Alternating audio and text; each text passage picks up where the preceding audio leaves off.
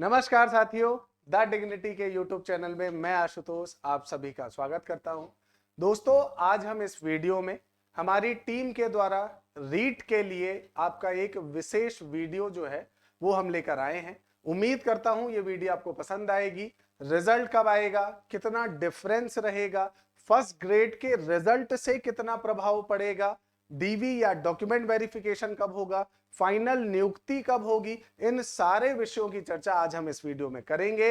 उम्मीद करता हूं ये वीडियो आपको पसंद आएगी और वीडियो आप अंत तक देखेंगे। यदि वीडियो पसंद आती है तो चैनल को सब्सक्राइब करना मत भूलिएगा। चलिए, जैसा कि आप सभी जानते हैं दोस्तों कि अभी अभी आपका जो है फर्स्ट ग्रेड का रिजल्ट आया है और एक बार हम फर्स्ट ग्रेड के रिजल्ट जो है उस रिजल्ट की ही बात कर लेते हैं और उसके अंतर्गत जो आपकी कट ऑफ आई है ग्रुप वाइज, जैसे आपकी जनरल, ओबीसी, एससी, एसटी, उसमें कितना अंतर है और इसका प्रभाव आपके रीट पर या आपका जो है लेवल थर्ड पर कितना प्रभाव पड़ेगा, हम उसकी चर्चा करेंगे। अब जैसे कि आप ये सामने देख रहे हैं, ये चारों कट ऑफ जो है, ये चारों कट ऑफ चार सब्जेक्ट की आपके जो लेवल फर्स्ट जो है उसके द्वारा दी गई है। अब अगर आप यहां देखेंगे तो फिजिक्स, बायोलॉजी, इंग्लिश और संस्कृत, इन चारों की दी गई है। अब फिजिक्स में आप देखेंगे तो फिजिक्स में जनरल की कट ऑफ गई है 227, है ना, ये दिया गया है 227 और ओबीसी की है 211। इसका मतलब अगर आप देखोगे तो आपका लगभग कितने अंतर है ओबीसी और जनरल के बीच में, 16 नंबर का। किसमें? फिजिक्स में, है ना। तो हम जनरल और ओबीसी की अगर बात करें तो जनरल और ओबीसी में आपका कितना अंतर है, 16 नंबर का है। ईडब्ल्यूएस में ये अंतर और ज्यादा बढ़ चुका है। ईडब्ल्यूएस की अगर आप बात करोगे तो लगभग आपका 34 नंबर के आसपास का अंतर है। ठीक है भाई, ईडब्ल्यूएस में 193 है और वहां पर आपका 227 है, तो लगभग 30 से 34 नंबर का अंतर है जनरल और ईडब्ल्यूएस के बीच में।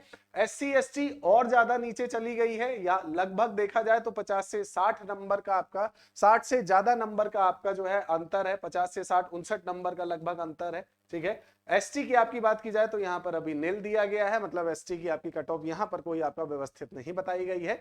जैसा कि हम देख सकते हैं ये राजस्थान सरकार की आपकी जो वेबसाइट है उसमें अपलोडेड है। तो अगर आप देखोगे तो अंतर काफी है। अगर जनरल और ओबीसी की बात की जाए तो 16 नंबर का गैप है। बायोलॉजी की अगर बात की जाए तो देखिए बायोलॉजी की कितनी गई है, जनरल की 272। सब्जेक्ट वाइज अगर आप देखोगे तो फिजिक्स की 227, बायोलॉजी की 272। इसका मतलब यह है कि बायोलॉजी में आपके जो विद्यार्थी थे वो ज्यादा थे और इस कारण से बायोलॉजी की कट ऑफ जो है वो फिजिक्स से क्या गई है, ज्यादा गई है। तो एक तो कारण है कि भाई आपके नंबर्स बच्चे जो है वो ज्यादा रहे होंगे, और दूसरा कारण ये भी हो सकता है कि फिजिक्स का पेपर टफ रहा होगा और आपका जो बायोलॉजी है उसका पेपर थोड़ा आपका आसान रहा होगा, जैसा कि हम यहां कट ऑफ में देख पा रहे हैं। अब अगर आप देखोगे तो यहां पर जनरल की कट ऑफ गई है 272 और ओबीसी की गई है आपका 256। इसका मतलब आपका अगर आप यहां पर देखोगे तो यहां पर भी आपका जो ओबीसी और जनरल के बीच में अंतर है बच्चों, वो लगभग अगर आप देखोगे विद्यार्थियों तो यहां पर भी लगभग 16 नंबर का ही अंतर है, ज्यादा नहीं है। ये 272 है, ये 256 है, और अगर आप इसमें देखोगे तो लगभग 16 नंबर का भी यहां अंतर है। ठीक है, किसके बीच में? आपका जो है बायोलॉजी के बीच में। अब अगर जनरल और ईडब्ल्यूएस की बात की जाए तो देखिए जनरल और ईडब्ल्यूएस में आपका जो है लगभग आपका जो है वही आपका ये 246 गई है ईडब्ल्यूएस की, है ना, और 272 गई है आपका वहां पर आपके जनरल की। तो आपका 27 नंबर के आसपास अंतर है। मतलब यहां पर जनरल और ईडब्ल्यूएस, जो यहां पर जनरल और ईडब्ल्यूएस में 34 नंबर का अंतर था, वो यहां पर कितना हो चुका है, 27 का हो चुका है। मतलब यहां पर गैप थोड़ा कम हुआ है ना। अब अगर हम बात करें इंग्लिश की, आप इंग्लिश में देखो, वैसे अगर उम्मीद की जाए तो इंग्लिश की कट ऑफ सबसे ज्यादा है 322। इसका मतलब सीधा सीधा ये है कि इंग्लिश में जो विद्यार्थी थे उनकी संख्या ज्यादा थी, पहली बात, और दूसरा पेपर भी सामान्य था, इसीलिए कट ऑफ आप देखिए 322 गई है जनरल की।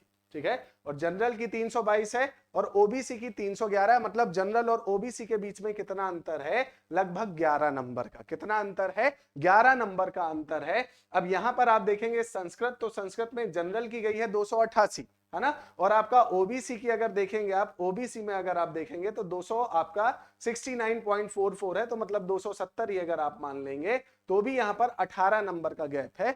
इसका मतलब लगभग अगर हम इसका एवरेज कैलकुलेशन करें जनरल और ओबीसी के बीच में, करें तो जनरल और ओबीसी के बीच में अगर फर्स्ट लेवल में आपका जो है 16, 16, 11 और 18 नंबर का अंतर है, इसका मतलब जब आपका रीट लेवल की आपकी जो कट ऑफ आएगी, अब आपके दिमाग में आ रहा होगा कि सर जो रीट लेवल है उसका लेवल फर्स्ट से क्या लेना देना है। देखिए दोनों में लगभग लगभग समानताएं एक जैसी थी, क्योंकि जो लेवल फर्स्ट था उसमें भी आपका न्यूनतम पासिंग मार्क्स था कि भाई 40% तो चाहिए ही, तभी आप आगे बढ़ेंगे। उसी तरह से रीट में भी था कि न्यूनतम 60% चाहिए तब आप आगे बढ़ोगे। तो रीट और आपका लेवल फर्स्ट जो है दोनों में लगभग लगभग आपका जो है एक जैसी ही आपका मिनिमम मार्क्स निर्धारित किए गए थे। अब अगर यहां पर हम कट ऑफ की बात करें तो सेम इसी तरह के सब्जेक्ट आपके रीट में भी हैं, और अगर रीट में भी यही सब्जेक्ट है तो बहुत सारे यूट्यूबर्स, बहुत सारे आपके चैनल्स वाले बता रहे हैं कि आपकी रीट की जो कट ऑफ है वो बहुत ज्यादा हाई जाएगी। लेकिन वास्तविकता की अगर बात की जाए तो आपका ऐसा हो सकता है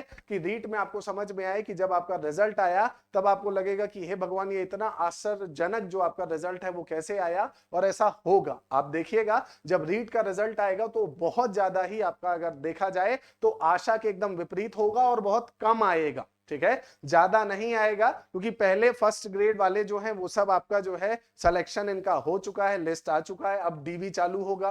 फिर सेकंड ग्रुप आपका यह कहा जाए तो आपका जो सेकंड ग्रेड है उसका रिजल्ट आएगा, फिर जाकर कहीं थर्ड ग्रेड का रिजल्ट आएगा। अब अगर बात की जाए देखिए दोस्तों, तो अगर बात की जाए कि आपका रिजल्ट कब तक आएगा, ये तो रहा कि भाई चलो ठीक है सर आपने ये बता दिया कि भाई अंतर तो रहेगा, और इसी प्रकार से लगभग जनरल ओबीसी के बीच में आपका जो है अंतर कितना जाएगा, लगभग 20 नंबर का अंतर तो जनरल और ओबीसी के बीच में जाएगा। कट ऑफ जो है वो अब उससे पहले जो है 134, कई सारे आपके जो है चैनल वाले बता रहे हैं कि कट ऑफ जो है उससे पहले 134 गई थी, तो इस बार भी बहुत हाई जाएगी, 110, 120 के आसपास जाएगी। ऐसा संभव नहीं है, इस बार कट ऑफ कम जाएगी, क्योंकि जिस प्रकार से देखने को मिल रहा है उस प्रकार से समझ में आ रहा है। अब बात की जाए कि सर चलिए ठीक है ये तो समझ में आ गया, अब अगर रीट का आपका रिजल्ट आना है तो वो कब तक आएगा, तो देखिए आपका जो रीट का रिजल्ट है दोस्तों वो आपके अप्रैल के लास्ट तक जो है वो लास्ट तक आपका रिजल्ट आना मुमकिन है। ठीक है, अप्रैल लास्ट तक रिजल्ट जो है वो उम्मीद है कि आ जाएगा, क्योंकि सबसे पहले अभी आपका सेकंड आपका जो ग्रेड है उसका आएगा, उसके बाद रीट का आएगा। तो अप्रैल लास्ट तक आप जो है आप इसे मान सकते हैं कि भाई अप्रैल लास्ट तक आपका रिजल्ट आ जाएगा। अब जब रिजल्ट आ जाएगा तो उसके बाद डीवी चालू होगा, डॉक्यूमेंट वेरिफिकेशन चालू होगा, और इस डॉक्यूमेंट वेरिफिकेशन में लगभग लगभग 96,000 लोगों के डीवी होंगे दोस्तों, है ना। तो 96,000 लोगों के अगर डीबी होना है तो कोई एक दिन में तो होने से रहा, तो आप ये समझे कि पूरा का पूरा मई जो है वो पूरा आपका जो है हो सकता है उससे कुछ ज्यादा, अगर बहुत तेज काम होगा तो मई तक जो है पूरा का पूरा डीबी आपका हो सकता है। डीबी होने के बाद आपका जो है जिला आपका आवंटन होगा, है ना, और जिला आवंटन होने होने तक आप ये समझें जून लास्ट हो जाएगा। ठीक है, जिले दिए जाएंगे तो वहां तक पहुंचते पहुंचते आपका पूरी तरह से अगर आप देखोगे तो लास्टली आपका जिला आवंटन होते होते जून हो जाएगा। उसके बाद आपका अगस्त तक आपकी काउंसलिंग हो जाएगी, और तब जाकर आपका फाइनल जो है आप अपने पद पर पहुंचेंगे। तो इसका मतलब अगर अभी अप्रैल में रिजल्ट आ भी जाता है तो पूरी प्रक्रिया या पूरी प्रोसेस होने में लगभग लगभग अगस्त तक का समय लगेगा, और इसीलिए आप लोग जो है धैर्यता बनाए रखें। कट ऑफ जो है वो कम जाएगी, अगर आप फर्स्ट ग्रेड को देखें तो उसी अनुमान से आपके लेवल थर्ड की कट ऑफ थोड़ा नीचे रहेगी, 110 के आसपास ही रहेगी, उससे ऊपर जाने के चांसेस बहुत कम है। उम्मीद करता हूं आपको ये वीडियो पसंद आया होगा। चैनल को सब्सक्राइब करना मत भूलिएगा। धन्यवाद।